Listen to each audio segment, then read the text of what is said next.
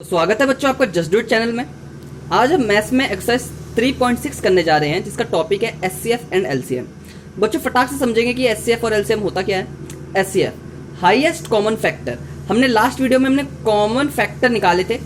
हमने ये देखा कि फैक्टर कैसे निकालते हैं, फिर हमने ये भी सीखा कि कॉमन फैक्टर्स कैसे निकालते हैं। तो बच्चों बस आज हमें हाईएस्ट कॉमन फैक्टर यानी कि एचसीएफ हाईएस्ट कॉमन फैक्टर ये निकालना है। मतलब जो कॉमन फैक्टर में भी सबसे बड़ा फैक्टर, जो आपका कॉमन फैक्टर्स में भी जो हाईएस्ट सबसे बड़ा कॉमन फैक्टर वो निकलता है आपका एचसीएफ। ठीक है, अब बारी आती है एलसीएम की। एलसीएम क्या होता है? LCM lowest common multiple. हमने जानते कि मल्टीपल क्या होते हैं बच्चों। फैक्टर्स वो होते हैं जो हमने लास्ट वीडियो में डिस्कस किया था कि कोई भी नंबर जैसे 20 के फैक्टर्स क्या होंगे, 2, 4, 5। ठीक है, ये सब क्या है कि फैक्टर्स की जो 20 है वो 2 के टेबल में, 4 के टेबल में, 5 के टेबल में, 10 के टेबल में, 20 के टेबल में भी। तो मतलब ये सब फैक्टर्स होते हैं। और मल्टीपल्स हमें टेबल्स पढ़ने होते हैं। अब जैसे मैं 20 के भी मल्टीपल्स पूछूं आपको कि 20 के मल्टीपल्स क्या होंगे, तो आप टेबल पढ़ लेंगे। जैसे 21 आर 20, 22 आर 40, 23 आर 60। तो बस आपको मल्टीपल्स मतलब पहाड़े पढ़ने होते हैं। ठीक है, तो कॉमन मल्टीपल की हमने लास्ट वीडियो में हमने बात की थी कि कॉमन मल्टीपल्स क्या होते हैं। ओके, लोएस्ट मतलब सबसे छोटा, जैसे हाईएस्ट सबसे बड़ा, उसी तरह से जो लोएस्ट है सबसे छोटा कॉमन मल्टीपल वो निकलता है हमारा एलसीएम। ठीक है, तो हाईएस्ट कॉमन फैक्टर एचसीएफ और एलसीएम लोएस्ट कॉमन मल्टीपल। ठीक है, आपको इन दोनों की जो फुल फॉर्म है पूरी याद रखनी है और आगे पूरा समझते हुए चलना है।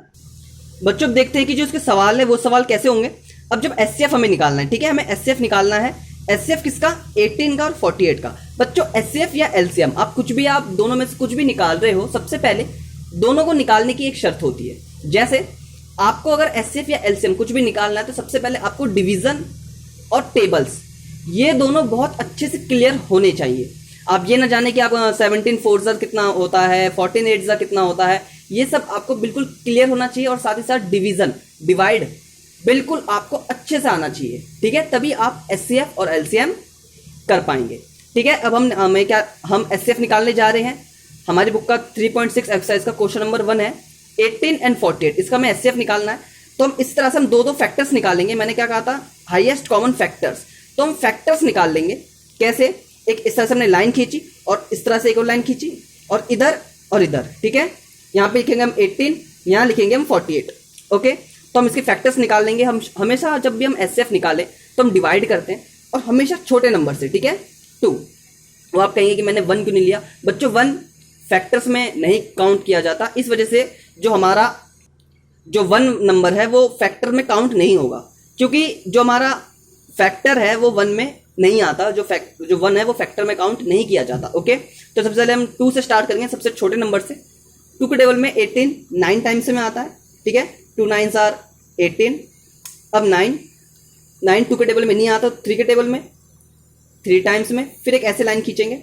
ओके, 3 आया, 3 1s आर 3। ओके, तो क्या हुआ बच्चों, जब 1 आ गया तो हमारा जो 18 है ये कंप्लीट हो चुका है। ओके, क्यों? हमारे पास 1 आ चुका है तो जो हमारा 18 है वो कंप्लीट हो गया, मतलब इसके फैक्टर्स निकल गए। सवाल अभी बाकी है, सवाल पूरा नहीं हुआ है। लेकिन हाँ, जो इधर के जो नंबर्स आए, ये जो नंबर्स आए हैं ये हमारे फैक्टर्स निकल गए। ठीक है, ये क्या निकले हमारे फैक्टर्स। ठीक है, 18 के। अब इसी तरह से हम 48 क्या कर लेंगे? मैंने क्या कहा था आपको? सबसे छोटे नंबर से स्टार्ट करना है। 2 लेंगे, 2 2s आर 4, 2 4s आर 8।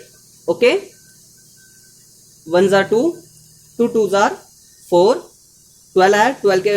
2 के टेबल में 6 टाइम्स में आता है। ओके, फिर से 2 3, अब 3 1s आर 1। ओके, 1 आया तो मतलब 48 भी हमारा 48 जो था वो हमारा कंप्लीट हो गया। ओके, तो ये नंबर्स जो आए हमारे ये भी क्या निकले? हमारे फैक्टर्स। ठीक है, 48 के और यहाँ पे 18 के।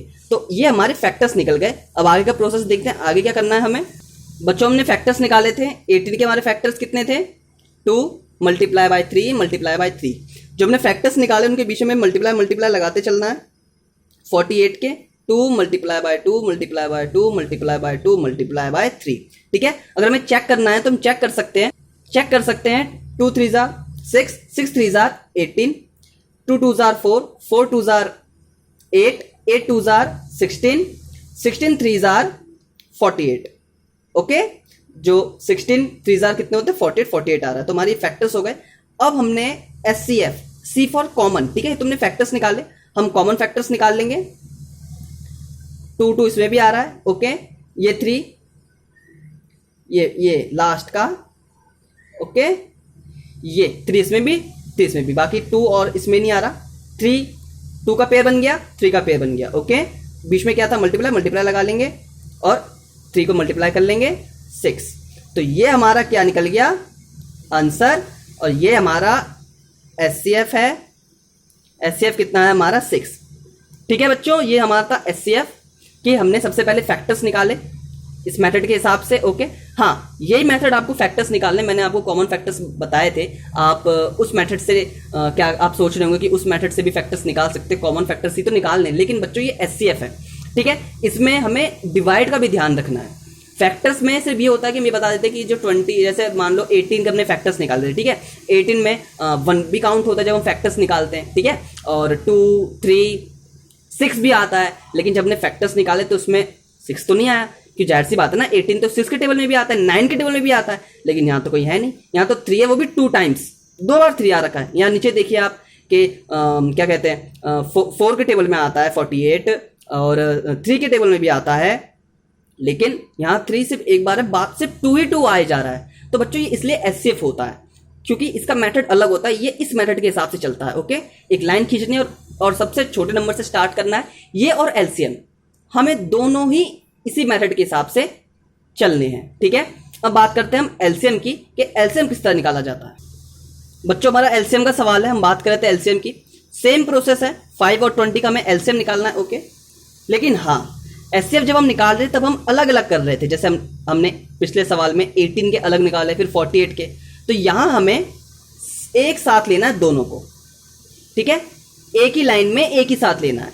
ठीक है, अब जाहिर सी बात है 5 और 20, ओके, इसमें भी सबसे छोटे नंबर से स्टार्ट करना है, जैसे हमने SCF में किया था। 2 लेंगे, 2 के टेबल में 5 नहीं आता तो 5 का 5 लिख देंगे। ओके, 20 आता है 10 टाइम्स में। ठीक है, फिर से देखते हैं कि 5 और 10 2 से जा सकता है या नहीं जा सकता। जा सकता है, 2 के टेबल में 5 नहीं आता, बट 10 तो आता है। कितना हो गया 5 टाइम्स में। अब दोनों 5 हो गए हैं। ठीक है, अब ये ना तो 2 से 3 से 4 से, सीधा डायरेक्ट 5 से ही, क्योंकि 5 क्या होता है प्राइम नंबर। इस वजह से प्राइम नंबर मैंने बताया था आपको, प्राइम नंबर्स वो नंबर्स होते हैं जो सिर्फ अपने टेबल में और 1 के टेबल में आते हैं, और 5 प्राइम नंबर है तो हमें 5 ही लेना पड़ेगा, 1 हम ले नहीं सकते। 5 1 5, 5 1 5। ओके, तो ये 1 1 आ गया, तो ये भी कंप्लीट, ये भी कंप्लीट। जब 1 आ जाता है तो हमारा सवाल कंप्लीट हो जाता है।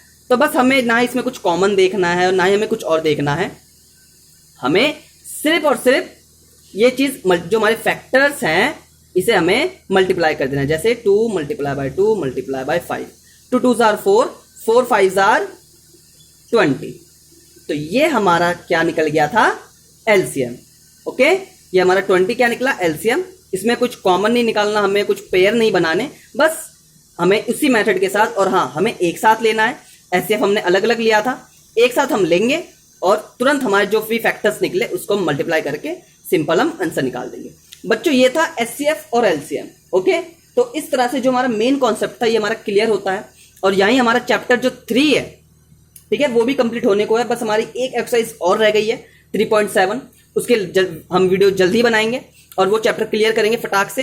तो ये SCF और LCM हमारा क्लियर हो चुका है। कोई भी आपको दिक्कत हो, हमेशा मेरा वीडियो में, हर वीडियो के डिस्क्रिप्शन में व्हाट्सएप नंबर होता है, आप पर्सनली मैसेज कर सकते हैं या कमेंट बॉक्स में कुछ भी पूछ सकते हैं, जो भी आपकी क्वेरी हो, कुछ ना समझ में आया हो SCF को लेके, LCM को लेके, जो भी चीजें हो वो आप पूछ सकते हैं। जैसे मैंने आपको बताया कि SCF और LCM जब भी निकालें तो डिवीजन और टेबल्स, ये दोनों चीजें आपको बहुत अच्छे से आनी चाहिए। ओके, तो मिलते हैं आप सबसे नेक्स्ट वीडियो में, तब तक आप सेफ रहें और इस वीडियो को जितना हो सके शेयर करें, क्योंकि जो बच्चों LCM होती है और SCF होती है, ये 6th स्टैंडर्ड के बच्चे बहुत ज्यादा दिक्कत करते हैं, और आगे जाके 7th में 8th में ये कॉन्सेप्ट और बढ़ते चले जाते हैं।